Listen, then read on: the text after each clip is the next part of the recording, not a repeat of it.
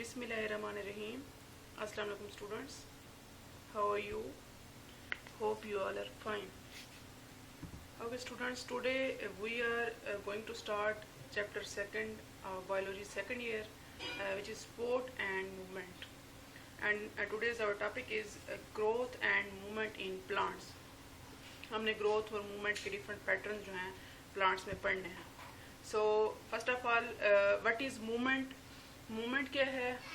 Movement is the orientation of fixed part of an organism.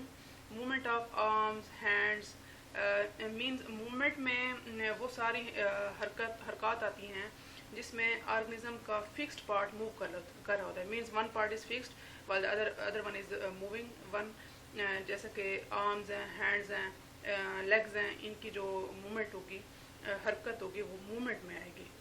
यहाँ पे diagram में भी दिखाया गया, एल्गल मूवमेंट दिखाई गई है, प्रॉपर पोस्चर्स में इनकी मूवमेंट होती है, तो ये इस कैटेगरी में आएंगे. नेक्स्ट है लोकोमोशन. अब लोकोमोशन क्या होती है? लोकोमोशन है body as a whole form from one place to another. तो ये पूरी बॉडी की मूवमेंट होती है, किसी एक जगह से दूसरी जगह भी जा सकते हैं एनिमल्स. मीन्स किसी फिक्स्ड पार्ट कोई नहीं होता कि एक पॉइंट पे फिक्स हो बॉडी पार्ट और दूसरे पॉइंट्स की मूवमेंट हो रही हो, बल्कि बॉडी एज अ होल जो है वो मूव कर सकती है एक जगह से दूसरी जगह. जैसे कि यहाँ पे स्नेल दिखाया गया है, स्नेल मूव कर सकता है easily from one place to another. इसी तरह सारे जो एनिमल्स हैं वो भी मूव कर सकते हैं from one place to another place. So they all are categorized under locomotion. Next is advantages of movement.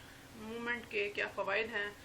ये भी सिंपल सा है. Of course supporting tissues enable organism to move towards food और away from danger and for shelter.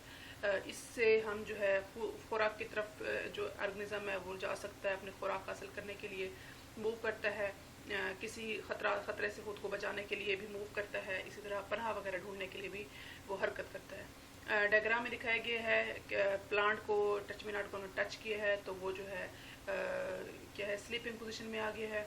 तो ये इसकी एक किस्म की मूवमेंट है जिसने खुद को शेल्टर पनाह दी है, तो ये भी मूवमेंट में आएगा.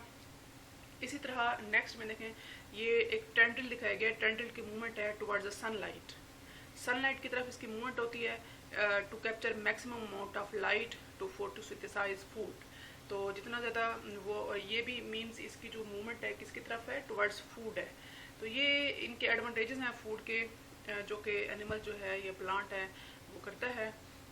नेक्स्ट है स्पोर्ट इन प्लांट्स. प्लांट्स में स्पोर्ट क्या है, कैसे होती है, किस किस तरह से होती है, कौन कौन से ऑर्गन्स हैं जो कि स्पोर्ट में इन्वॉल्व होते हैं. First of all parts of plants इसमें कौन से हैं? दिखाए गए रूट्स हैं, स्टेम हैं और लीव्स हैं जो कि इसके बेसिक पार्ट्स हैं. Function of stems. अब हमने स्टेम यहाँ पे क्यों पढ़ा है? हम लीव्स भी पढ़ सकते थे, रूट्स भी पढ़ सकते थे. स्टेम इसलिए हमने अंडर कंसिडरेशन रखा है क्योंकि स्टेम जो है उसका बेसिक फंक्शन सपोर्ट है. चूँकि हम इस चैप्टर में स्पोर्ट के हवाले से पढ़ रहे हैं कि प्लांट्स में जो है कौन सा ऑर्गन है स्पोर्ट में जो इन्वॉल्व होता है, तो स्टेम ही है जो कि प्लांट को सपोर्ट भी देता है, और सेकंड में जो कि सप्लाई लाइन प्रोवाइड करता है between root and aerial plant parts.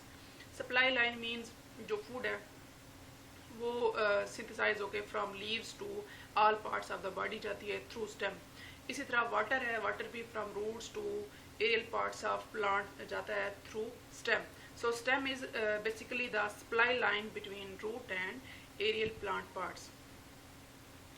अब first of all support through turgor pressure. जो प्लांट्स में सपोर्ट के मुख्तलिफ प्रोसेसेस हैं कि किस किस मेथड्स से प्लांट्स को जो है सपोर्ट मिलती है. फर्स्ट ऑफ ऑल है turgor pressure.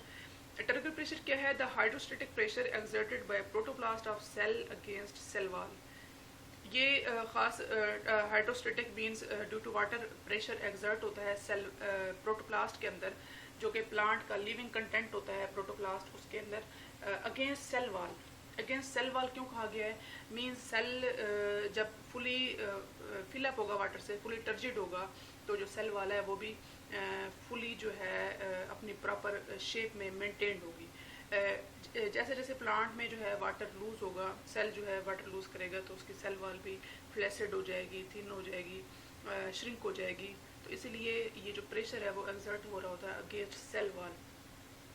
Water is filled up by epidermis cortex and pith that produces internal hydrostatic pressure. जब वाटर टोटली एपिडर्मस हो, चाहे प्लांट के कॉर्टेक्स हो, पित्त हो, उन सब में वाटर जो है वो फिलअप होता है, जो कि हाइड्रोस्टेटिक प्रेशर प्रोड्यूस कर रहा होता है। Trigger pressure keep the plant rigid. Trigger pressure की एक और भी प्रॉपर्टी है, वो क्या करता है, प्लांट को रिजिड रखता है, प्लांट को एक शक्ति देता है, जिससे प्लांट को एक खास सपोर्ट मिलती है। मीन्स ट्रिगर प्रेशर इनडायरेक्टली और डायरेक्टली क्या कर रहा है, प्लांट को सपोर्ट प्रोवाइड कर रहा है। नेक्स्ट, प्लांट को सपोर्ट किसके थ्रू होती है, थ्रू वैक्यूल। वैक्यूल के थ्रू कैसे सपोर्ट मिलती है? Trigger pressure is generated by high osmotic volume of vacuole. Vacuole में ऑस्मोटिक वॉल्यूम बढ़ेगा तो ट्रिगर प्रेशर बढ़ेगा। Osmotic volume means the concentration of solutes and water and salts, this all hydrostatic pressure plus osmotic pressure that is developed with in the vacuole. तो ये trigger pressure जो है develop करेगा। Trigger pressure जैसे ही बढ़ेगा, plant जो है उसमें वो टर्जिड रहेगा, वो तन रहेगा, जिससे वो जो है उसको ख़ास सख्ती मिलेगी जिसकी वजह से वो जो है रिजिडिटी आएगी और प्लांट को ऑटोमेटिकली सपोर्ट मिलेगी। सेकंड पॉइंट पे, the tonoplast which is the membrane of vacuole pump ions into vacuole by active transport systems. अब टोनोप्लास्ट का क्या फंक्शन है? क्योंकि मेम्ब्रेन है, मेम्ब्रेन आप सब जानते हैं, एक पैसेज है, एक इसमें मुख्तलिफ पम्प्स प्रेजेंट होते हैं, जो कि पम्प्स का क्या काम होता है, मुख्तलिफ जो है आयंस वगैरह को, चार्ज पार्टिकल्स को कैरी करते हैं अगेंस्ट कंसंट्रेशन ग्रेडियंट। इसी तरह वो क्या करती है, मेम्ब्रेन जो है मुख्तलिफ आयंस को वैक्यूल से पास आउट करती है by active transport systems with the expenditure of ATP। ये जब आयन्स ट्रांसपोर्ट हो जाते हैं, 10 वैक्यूल्स है हाई आयनिक कंसंट्रेशन, वैक्यूल में आयनिक कंसंट्रेशन ज़्यादा होगी। जब ये पंप्स के थ्रू मतलब आयन्स एंटर होंगे, जब कंसंट्रेशन ज़्यादा होगी तो वाटर एंटर होगा और रिजिडिटी प्रोवाइड करेगा। वाटर के एंट्री से रिजिडिटी होगी, जिससे क्या होगा, एक जो सेल है, सेल का जो वैक्यूल है वो फुली टर्जिड हो जाएगा, जो कि ऑटोमेटिकली सपोर्ट प्रोवाइड करेगा to the plant. So this means vacuole is actually involved in support to provide support to the plant. यहाँ पे डायग्राम दिखाया गया है, वैक्यूल शोइंग टोनोप्लास्ट, टोनोप्लास्ट दिखाई गई है। इसमें वैक्यूल जो है आप सब जानते हैं प्लांट का सेल है। इसमें जो है वैक्यूल प्लांट के सेल में 90% जो है स्पेस वैक्यूल ऑक्यूपाई करता है। बाकी ऑर्गेनेल्स भी दिखाए गए हैं जो कि पेरिफेरी पे पाए जाते हैं। So vacuole has a basic role to in providing support to the plant and providing rigidity to the plants. Next one is supporting tissues. अब कुछ supporting tissues भी specialized होते हैं plants में, जो कि जिनका function ही क्या होता है, plant को support देना होता है। उनको हम supporting tissues कहेंगे। दो तरह के होते हैं, collenchyma and sclerenchyma। Collenchyma क्या होते हैं? The tissues composed of relatively elongated cells with non-lignified thickened primary cell wall. Thick वाल होते हैं, elongated होते हैं, thickened होते हैं, लेकिन उनमें लिग्निफिकेशन नहीं होती। थिकनिंग उनमें लिग्निन कंटेंट नहीं होता, वैसे वो थिकन्ड होते हैं उनके प्राइमरी सेल वाल।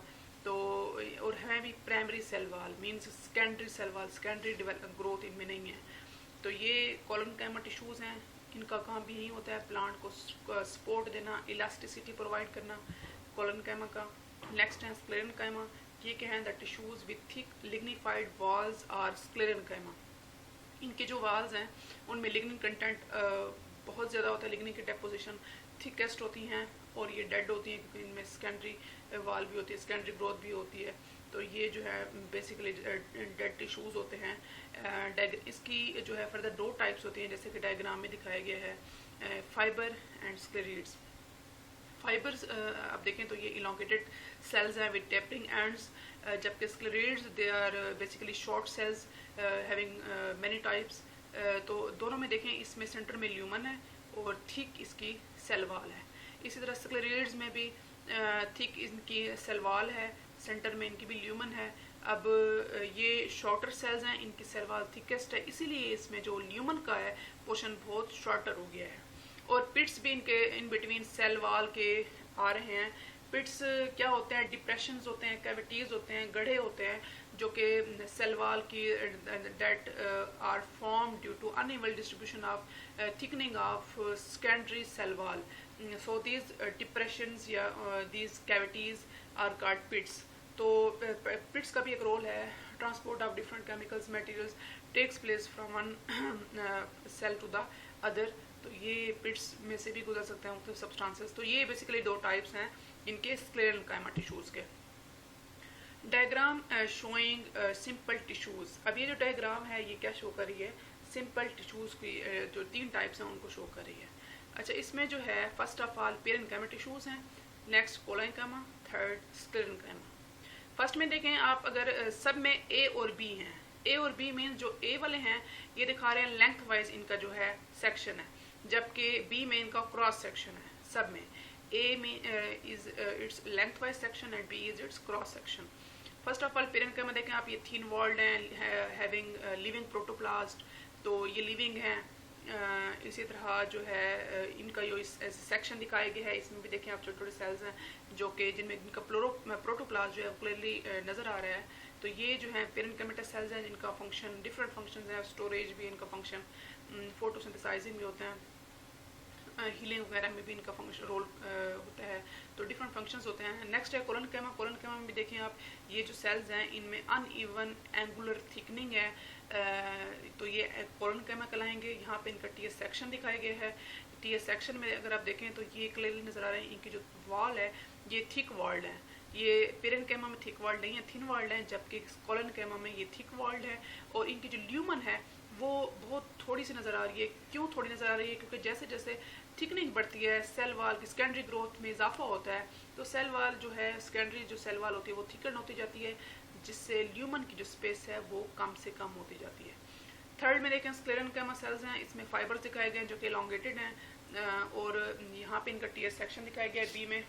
तो यहाँ पे जो इसकी टाइप है ये है स्टोन सेल्स। स्टोन सेल्स इनकी स्क्लेरेट्स की टाइप होती है, जो कि जिनको स्टोन सेल्स इसलिए कहते हैं, छोटे छोटे होते हैं और शॉर्टर होते हैं, तो इनको स्टोन सेल्स कहते हैं। तो ये स्क्लेरेन्काइमा टिश्यूज़ की टाइप है, फाइबर्स और स्क्लेरेट्स। तो ये सारी जो है बेसिक टाइप्स हैं किसकी, प्लांट टिश्यूज़ की। नेक्स्ट जो फोर्थ है स्पोर्ट प्लांट में वेस्कुलर टिश्यूज़ के थ्रू भी होती है। Xylem is tough and inextensible structure functioning like a steel rod in concrete. Xylem एक टफ है और इनएक्सटेंसिबल स्ट्रक्चर है, मीन्स जो आसानी से जो कि फ्लेक्सिबल, जिसमें फ्लेक्सिबिलिटी बहुत कम हो, और जैसे स्टील रॉड होती है कहते हैं कंक्रीट में, कंक्रीट की छत तो उसमें स्टील की रॉड है, इस तरह से वो इनएक्सटेंसिबल होती है, इनइलास्टिक होती है, बिल्कुल वैसे ही है। Vascular bundles are arranged in a ring that provide very effective resistance to wind stress. और ये इस तरह से कहते हैं विंड में जो है अरेंज्ड होते हैं, एक दूसरे के इर्द गिर्द जो है अरेंज्ड होते हैं वेस्कुलर बंडल्स, इस तरह से रिंग के बिल्कुल इनकी रिंग्स होती हैं, ओवरलैप हुई पड़ी होती हैं एक दूसरे के ऊपर। तो ये एक रेजिस्टेंस प्रोवाइड करते हैं टू विंड स्ट्रेस, जैसे कि आगे नेक्स्ट स्लाइड्स में आएगा, डायग्राम में क्लियरली शो होगा कि किस तरह से सेकेंडरी ग्रोथ की वजह से जो है एनुअल रिंग्स प्रोड्यूस होती हैं ईयर आफ्टर ईयर। तो वो रिंग्स भी जो है एक इनको इफेक्टिव रेजिस्टेंस प्रोवाइड करती हैं against wind stress. Sport is further done by sclerenchyma, collenchyma, जिनके बारे में पहले पढ़ चुके हैं। फंक्शंस के हैं अब इनके, functions of sclerenchyma cells, they have lignin that makes cell rigid, cell wall को जो कि रिजिड प्रोवाइड करती है, रिजिडिटी देती है lignin. They have thick secondary wall that provide support to the plant parts, इनकी सेकेंडरी वाल थिकेस्ट होती है ड्यू टू लिग्निन, जिससे प्लांट को सपोर्ट प्रोवाइड होती है। नेक्स्ट है स्क्लेरेन्काइमा टिश्यूज़ की टाइप्स, इनकी दो टाइप्स होती हैं, बेसिकली फाइबर्स होते हैं, स्क्लेरेट्स होते हैं, बल्कि थर्ड वन इनकी वेसल्स भी होते हैं। First one fibres. फाइबर्स क्या होते हैं? लॉन्ग सिलिंड्रिकल सेल्स होते हैं जो कि सॉलिड बंडल्स की शक्ल में होते हैं। जाइलम में यहाँ पे जाइलम की टाइप्स दिखाई गई हैं, इसमें एक ट्रेकीड है इसकी टाइप, और जाइलम फाइबर्स हैं। Third one is vessels, vessels हैं, और कुछ इसमें पेरेन्काइमा सेल्स भी होते हैं। ये इनके चार कंपोनेंट्स है बेसिक। ट्रेकीड्स में देखें ये इलोंगेटेड सेल्स होते हैं with narrow ends that join side by side having pits in between them, तो ये ट्रेकीड्स कहलाते हैं, इनमें बॉर्डर्ड पिट्स होते हैं। नेक्स्ट है वेसल्स। वेसल्स क्या होते हैं? They have much broader and than the tracheids and vessels joint end to end instead of side by side. जैसे कि अभी आपने देखा है कि ट्रेकीड्स में मैंने बताया कि वो साइड बाय साइड ट्रेकीड्स के सेल्स अटैच होते हैं, वेसल्स के जो सेल होते हैं सेल्स वो एंड टू एंड अटैच होते हैं, having broader ends with simple pits plus bordered pits. कुछ सिंपल पिट्स भी नजर आ रहे हैं, कुछ बॉर्डर्ड पिट्स भी इसमें नजर आ रही हैं। Next xylem parenchyma. Xylem parenchyma आप जानते हैं कि इनमें लिविंग प्रोटोप्लास्ट होता है, इसमें न्यूक्लियस भी नजर आ रहा है, साइटोप्लाज्म भी है, जाइलम पेरेंकाइमा भी कुछ होते हैं, और साथ में इनमें जाइलम फाइबर्स होते हैं। जाइलम फाइबर्स भी इलोंगेटेड सेल्स होते हैं विद नैरो एंड्स होते हैं, फाइबर्स का काम, लेकिन कंडक्शन नहीं होता। अब आपको फाइबर्स और ट्रिकिड्स एक जैसे नजर आ रहे होंगे शेप वाइज, बल्कि लेकिन ये हैं क्या, डिफरेंट हैं। क्यों डिफरेंट हैं? आपको एक चीज़ इनमें डिफरेंस नजर आ रही है, इनके अंदर आपको ग्रीन नजर आ रहा है, यहाँ पे ये बिल्कुल ब्लैकिश है। Blackish means it is totally dead, while it's greenish part shows living protoplast. Living protoplast means इसके अंदर वाटर है, इसके अंदर सैप है, तो कंडक्शन हो रही है। मीन्स ट्रिकिड्स का फंक्शन है कंडक्शन में, वाटर की कंडक्शन में, ट्रिकिड्स और वेसल्स दोनों। जबकि जो फाइबर्स हैं वो जस्ट सपोर्ट के लिए होते हैं, इनके इन दोनों कंडक्टिंग टिश्यूज के इर्द गिर्द ये सपोर्ट प्रोवाइड करते हैं, तो इसलिए इनका किसी किस्म का कंडक्शन में रोल नहीं होता। तो इसलिए यहाँ पे इन्होंने टोटली डेड दिखाया है कि इसमें थिकेस्ट जो है थिकनिंग है इसमें due to secondary growth. Next is sclereids. अभी हमने फाइबर्स पढ़ा है, स्क्लेरिड्स की तरफ आते हैं। ये क्या होते हैं? फाइबर से इनका कंपैरिजन करेंगे तो ये शॉर्टर होते हैं, shorter than fibres, provide protection provide करते हैं। इसलिए ये जो है अक्सर मुख्तलिफ सीड्स हों चाहे फ्रूट्स हों, उनके आउटर कोटिंग जो है वो बनाते हैं, found in seed coats and nut shells. Nut shells के भी आउटर साइड पे होते हैं, इसलिए इनको ये इनका ज़्यादातर जो रोल होता है वो प्रोटेक्शन में होता है। इनकी टाइप्स दिखाई गई हैं। मैक्रो मीन्स रॉड शेप्ड होते हैं, ऑस्टियोस्क्लेरोइड्स मीन्स बोन शेप्ड होते हैं, एस्ट्रोस्क्लेरोइड्स मीन्स स्टार शेप्ड, ब्रैकियोस्क्लेरोइड्स कहा गया ये बड़े स्टोन शेप सेल्स होते हैं, और नेक्स्ट ट्राइकोस्क्लेरोइड्स भी ये फीदर शेप्ड होते हैं, और फिलीफॉर्म स्क्लेरोइड्स ये ब्रांचिंग मैनर में होते हैं और इरेगुलर शेप होती है इनकी। ये इनकी स्क्लेरोइड्स की क्या है टाइप्स हैं। नेक्स्ट इनकी थर्ड टाइप है जाइलम की, वो है vessels. They have long tubular structure. इनका स्ट्रक्चर जो है लॉन्ग ट्यूबुलर होता है, ट्यूब शेप्ड होता है, हैविंग ब्रॉडर एंड्स। ये चीज़ आप माइंड में रखें, जब वेसल्स की बात हो तो इनका एंड्स जो है वो ब्रॉड होते हैं। They join end to form water conducting pipe in xylem में ये वाटर कंडक्टिंग पाइप प्रोड्यूस करते हैं। अब कैसे, यहाँ पे देखें, अगर जाइलम वेसल है, यहाँ पे फ्लोइम वेसल है। फर्स्ट में जाइलम वेसल देखें, जाइलम वेसल में जो वाटर का फ्लो है वो वन वे फ्लो है from lower to upper side. इसमें देखें वाटर एंड मिनरल्स हैं, no end walls between cells. एक और भी बात हुई है कि इनके सेल्स के दरमियान कोई एंड वॉल्स नहीं है, एक ही सेल है जहाँ पे water continuously from lower to upper side जा रहा है। Thick walls stiffened with lignin. इनकी जो वॉल्स हैं वो थिकेस्ट है, जो कि इनमें लिग्निन की डिपोजिशन है। ये जाइलम वेसल्स। अब फ्लोइम वेसल्स क्या हैं? फ्लोइम वेसल्स की जो बात है इनसे थोड़ी सी डिफरेंट है। इनमें क्या है, टू वे फ्लो है। टू वे फ्लो मीन्स ये इसमें वाटर और सल्यूट्स अप साइड भी जा रहे हैं और लोअर साइड पे भी जा रहे हैं। ये बात मैं क्लियर करती हूँ कि टू वे फ्लो क्यों है। नेक्स्ट इसमें वाटर और फूड होती है, डिजोल्व्ड फूड भी होती है। Cells have end walls with perforations. इसमें सेल्स में एंड वॉल्स हैं, परफोरेशंस है। परफोरेशन मीन्स वो पोर्स होंगे, पोर्स जो है पोर्स के थ्रू जो है वाटर सॉल्युबल, वाटर भी और सल्यूट्स भी वो जाएंगे एक सेल से दूसरे सेल में। अब पहले तो ये बात है कि टू वे फ्लो क्यों है। दूसरा, इनमें पोर्स क्यों हैं, इनमें सेल एक सेल दूसरे से एंड कलेक्टेड जो है, इसमें परफोरेशंस हैं, जबकि ये क्यों जो है एक पाइप है। यहाँ पे ये है, एक तो जाइलम वेसल्स में सिर्फ किसका काम होता है, वाटर का फंक्शन होता है, उसने सिर्फ फ्लो करना है नीचे से ऊपर तक, जिस पार्ट में भी जाना है उसको किसी किस्म की डायरेक्शन कंसंट्रेशन वगैरह की जरूरत नहीं है। वाटर का आप सब जानते हैं बहुत जहाँ पे भी जाएगा तो वो हाई कंसंट्रेशन से आ रहा है नीचे से, तो वो हर ब्रांच में जाएगा, हर रूट टिप पे जाएगा, हर स्टेम की टिप पे जाएगा, शूट तक जाएगा, तो वाटर इक्वली डिस्ट्रीब्यूट होता है। जबकि इसमें जो है फ्लोइंग वेसल में टू वे फ्लो है। टू वे फ्लो इसलिए है क्योंकि जो न्यूली ग्रोन फोटोसिंथेसिस तो होती है लीव्स पे होती है, मैच्योर लीव्स पे, लेकिन जो बिल्कुल न्यूली सिंथेसाइज्ड लीव्स होते हैं उनमें फोटोसिंथेसिस नहीं होती, तो उन तक भी फूड और डिजोल्व फूड और वाटर पहुंचाना है, ठीक है। और नीचे जो है साइड ब्रांचिंग पे भी बाजू का न्यू लीव्स होते हैं, वहां तक भी पहुंचाना है। तो ऊपर से नीचे, नीचे से ऊपर, ये जो है इसका बहाव चलता रहता है to provide food to each and every part of the plant. तो एक तो ये बात हो गई। दूसरा आपने एक थ्योरी शायद सुनी हो, प्रेशर फ्लो थ्योरी है, वो इसी ही मैकेनिज्म के लिए बनाई गई। फ्लोइम वेसल्स में वाटर और सल्यूट्स फूड है जो उसका जो है किस तरह से फ्लो होता है, इसलिए उसको प्रेशर फ्लो थ्योरी कहा गया है।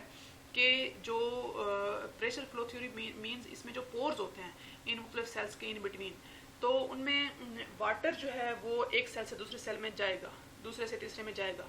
वाटर की जो फ्लो है वो कंटिन्यूस रहेगा, कंटिन्यूसली वो रहेगा तब तक जब तक इन सब सेल्स में वाटर की जो कंसंट्रेशन है वो इक्वल ना हो जाए। मीन्स वाटर का तब तक रहेगा ही। अगर वाटर यहाँ पे कम है तो यहाँ से यहाँ पे जाएगा, यहाँ से यहाँ पे जाएगा, यहाँ से फिर नीचे में आएगा। जब तक इन तीनों सेल्स में वाटर की कंसंट्रेशन इक्वल ना हो जाए तो वो जो है वाटर का भाव रहता है। लेकिन उन पोर्स के थ्रू सल्यूट मॉलिक्यूल सिर्फ वही क्रॉस कर सकते हैं जिनका साइज जो है उन सल्यूट से थोड़ा सा ज़्यादा हो। कम साइज वाले इसको क्रॉस नहीं कर सकते। तो ये जो है इसलिए मुख्तलिफ सेल्स के पोर्शन हैं प्रेशर फ्लो थ्योरी के अकॉर्डिंग। इससे जो है वाटर का और सल्यूट्स का फ्लो होता है। ये हो गया वेसल्स। नेक्स्ट है प्रॉपर्टीज ऑफ कोलोनकेमा सेल्स। कोलोनकेमा सेल्स की क्या प्रॉपर्टीज है? उनमें प्रोटोप्लास्ट होता है, इनमें कोई सेकेंडरी वॉल्स नहीं होती। They have usually grouped in strands और सिलेंडर्स। स्ट्रैंड्स और सिलेंडर्स में ग्रुपिंग होती है। फंक्शंस क्या हैं? ये सपोर्ट प्रोवाइड करते हैं और इलास्टिसिटी प्रोवाइड करते हैं प्लांट्स को। Next is significance of secondary growth. ये हमारा नेक्स्ट टॉपिक है। सेकेंडरी ग्रोथ की सिग्निफिकेंस क्या है, क्या क्या इसमें जो है इसका रोल है सेकेंडरी ग्रोथ का प्लांट में, प्लांट के मुख्तलिफ फंक्शनिंग मैकेनिज्म्स में। पहले तो सेकेंडरी ग्रोथ क्या है इसको डिफाइन करते हैं। An increase in plant breath due to activity of vascular cambium is called secondary growth. Plant की मोटाई में इजाफा होना किसकी वजह से? वेस्कुलर कैम्बियम की वजह से, ये सेकेंडरी ग्रोथ है। वेस्कुलर कैम्बियम क्या है ये भी आगे आएगा। तो ये ऐसी मेरिस्टम है जो कि जो कि प्रोड्यूस करती है vascular tissues, secondary vascular tissues produce करती है। ये आगे हम पढ़ेंगे इसकी definition. Secondary growth occurs due to cell division in vascular cambium and cork cambium. Vascular cambium क्या है? A cylinder of actively dividing cells between xylem and primary phloem is called vascular cambium. अब यहाँ पे xylem और primary phloem के दरमियान बनती है। प्राइमरी फ्लोएम क्यों कहा है? अब यहाँ पे ये डायग्राम है, डायग्राम देखें। बिल्कुल इसकी आउटर साइड पे यहाँ से स्टार्ट करते हैं। आउटर साइड बिल्कुल आउटर मोस्ट जो लेयर है वो एपिडर्मस है। Inside epidermis is cortex. Cortex के अंदर जो है ये जो सेंटर दिखाया गया है, ये बिल्कुल ब्लैकिश जो सेंटर दिखाया गया है, this is the vascular cambium. ये वेस्कुलर कैम्बियम है, ठीक है। अब ये जो अंदर की तरफ है, बाहर की तरफ है, ये क्या है? ये बाहर जो है ये फ्लोएम है जो प्राइमरी फ्लोएम है, और इनसाइड जो है वो जाइलम है जो कि प्राइमरी जाइलम है। Means pinkish is xylem while the bluish part is phloem। अब ये जो सेंटर में ब्लैक है ये क्या है? This is the cambium, vascular cambium which is called also called fascicular cambium. यहाँ पे दिखाया गया ये क्या है? फेसिकुलर कैम्बियम है। अच्छा, इंटरफेसिकुलर कैम्बियम और फेसिकुलर कैम्बियम में क्या डिफरेंस है? ये स्टूडेंट्स को इसमें डिफिकल्टीज होती है। इस डायग्राम में क्लियर हो जाएगा आपको। यहाँ पे देखें जाइलम और फ्लोएम के दरमियान जो बंडल है वो क्या है? फेसिकुलर कैम्बियम में। अब दो वेस्कुलर बंडल्स के दरमियान जो डिस्टेंस है, जो कैम्बियम है, this cambium is called interfascicular cambium. तो दो बंडल्स के दरमियान, वेस्कुलर बंडल्स के दरमियान जो है जो कैम्बियम होती है वो क्या है? इंटरफेसिकुलर कैम्बियम में। जबकि जाइलम और phloem mean single one bundle, इनके इन बिटवीन जो कैम्बियम है this is fascicular cambium. So interfascicular cambium and fascicular cambium both are categorized under the vascular cambium. ठीक हो गया। ये प्राइमरी यहाँ पे दिखाया जाइलम है, ये प्राइमरी फ्लोएम है। So this is the TS of, ये स्टेम का हो सकता है, ये जो है स्टेम का ही टीएस है जिसमें सेंटर में दिखाया गया पिथ है। तो ये जो है किसको ज़्यादा जो है एलिबोरेट कर रहा है? ये वेस्कुलर कैम्बियम को एलिबोरेट करता है। किसकी कौन सी पोजीशन है? Secondary tissues. सेकेंडरी जाइलम क्या है? Drives from inner surface of vascular cambium. Vascular cambium की इनर सरफेस पे सेकेंडरी जाइलम होगी। मींस ये जो वेस्कुलर कैम्बियम है इसके बिल्कुल अंदर वाली साइड पे सेकेंडरी जाइलम प्रोड्यूस होगी और ये अपनी बाहर वाली साइड पे सेकेंडरी फ्लोएम प्रोड्यूस करेगी। मींस इस कैम्बियम के इनर साइड पे सेकेंडरी जाइलम, आउटर साइड पे सेकेंडरी फ्लोएम। बिल्कुल बाहर प्राइमरी फ्लोएम जो अभी ये पड़ी हुई है प्राइमरी फ्लोएम है, बिल्कुल ये बाहर की तरफ पुश होती जाएगी और बिल्कुल अंदर की तरफ जो है इसमें जो है प्राइमरी जाइलम पुश होती जाएगी। आगे क्लियर हो जाएगा। Secondary phloem characterize from outer surface of vascular cambium. Secondary phloem इसके वेस्कुलर कैम्बियम के आउटसाइड पे होती है, जबकि सेकेंडरी जाइलम जो है वेस्कुलर कैम्बियम के इनसाइड पे होती है। इसकी डायग्राम भी नेक्स्ट आगे आएगी। अभी हम पढ़ते हैं annual ring. What is annual ring? The secondary xylem causes increase in stem thickness. Secondary xylem से ऑफकोर्स थिकनेस में इजाफा होता है due to secondary growth. Secondary growth का काम ही है कि प्लांट सेल की ग्रोथ में इजाफा करना। So the stem gets thicker over the years and its vascular cambium produces layers upon layer of secondary xylem। इसके layers जो है प्रोड्यूस होती जाती हैं year after year. Vascular cambium जो है सेकेंडरी जाइलम की हर साल लेयर्स पे लेयर्स जो है वो बनाती जाती है। किसकी? सेकेंडरी जाइलम की। कौन बनाती है? वेस्कुलर कैम्बियम, जिसका काम क्या है अपनी एक्टिविटी से सेकेंडरी वेस्कुलर टिश्यूज जो है वो प्रोड्यूस करती है। सेकेंडरी जाइलम अंदर की तरफ, सेकेंडरी फ्लोएम बाहर की तरफ, आउटर साइड पे। These layers are visible as rings. उन लेयर्स को रिंग्स की शक्ल में जो है वो नजर आते हैं जब हम किसी ट्री का ट्रांसफर सेक्शन कट करते हैं। So growth ring is formed in 1 year, shows count of rings at the base of trunk, indicates the age of tree.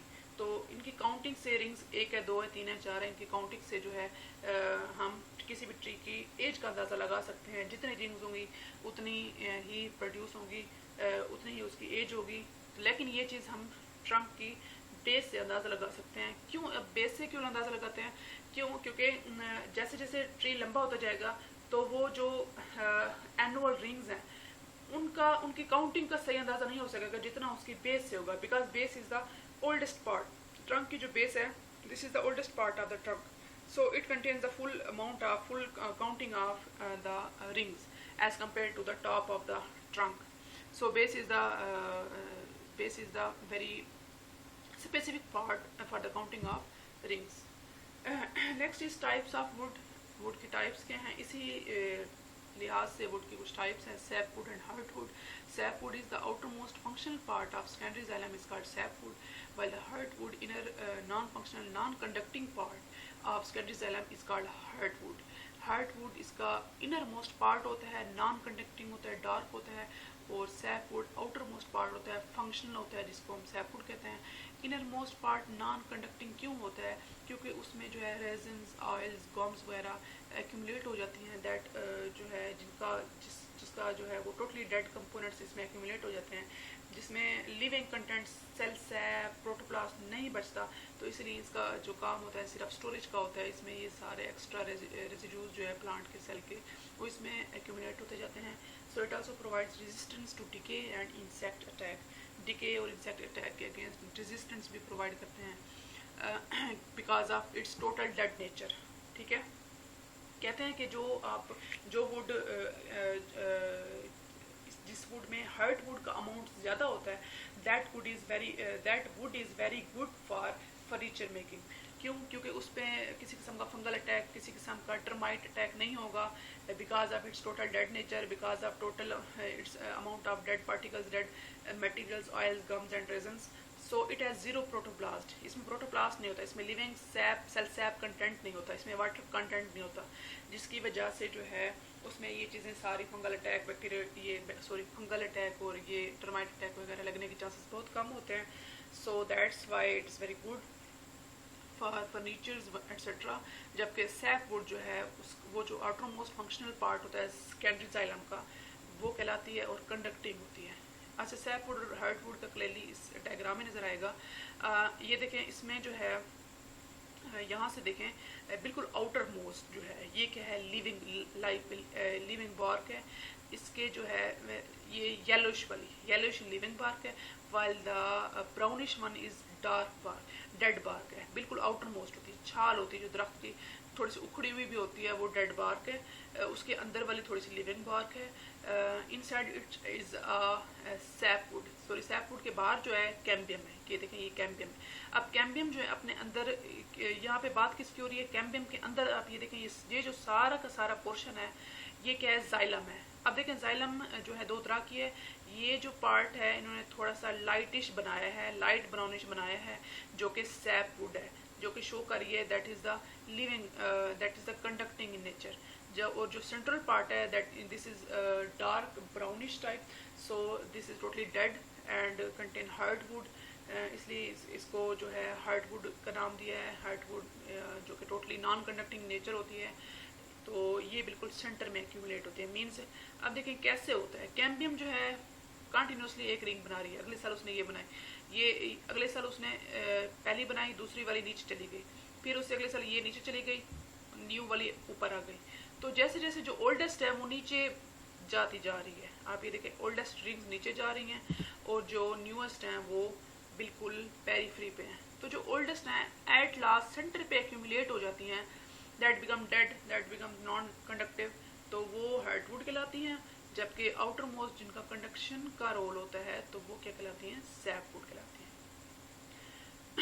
Next is bark.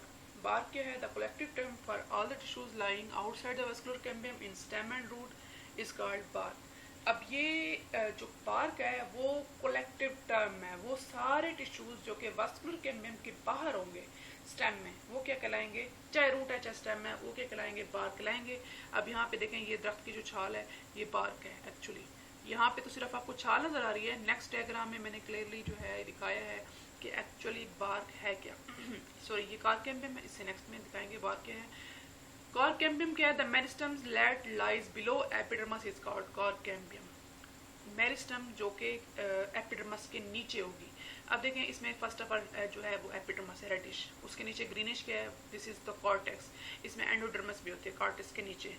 फिर है पेरिसाइकल। पेरिसाइकल क्या होता है, pericycle is the cylinder of parenchymatous cells that surrounds the vascular tissues, that surrounds the pith. तो वो vascular cambium भी, vascular tissues भी और पिथ, उनको जो सराउंड करती है, the tier of parenchymatous cells, the ring of parenchymatous cells, this is called pericycle. ये पेरिसाइकल है, 1 to 2 स्ट्रैंड्स होती है। उसके अंदर क्या है, सेकेंडरी फ्लोएम है।